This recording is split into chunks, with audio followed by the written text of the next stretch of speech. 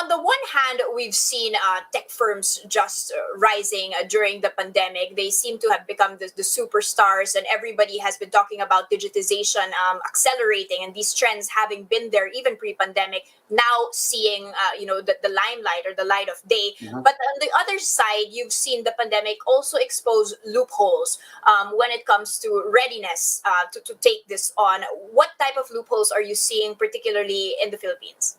When we think about the Philippines, we have so many communities in islands where that accessibility is critical for them. So long as we're providing that access, the networks are coming in place.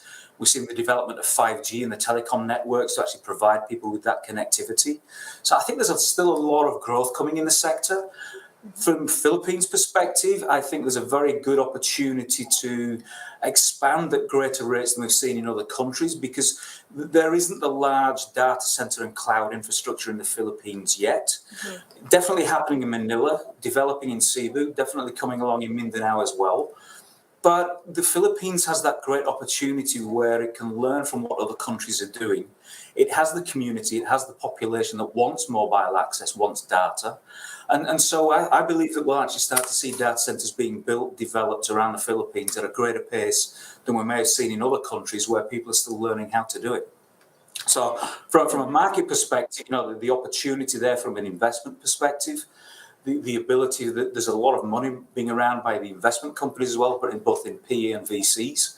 So, there's significant opportunity within the vertical, within the market sector for the Philippines to grow and continue to develop. How difficult or will it be for other sectors to actually catch up? And you mentioned the MSMEs. How will they be able to tap into this utility type data-driven technologies? Well, I think when we think about how businesses run and how businesses transact now, everything's very digital to start with. And it may surprise many people that you're already working within the data center sector. You're already using it in your transactions, in your cloud activity, whether it's storage, whether it's the financial transactions, whether it's dealing with a consumer on a retail website, whether it's using Waze from a traffic perspective. It's already happening, but it's always been that utility in the background that people haven't necessarily been aware of.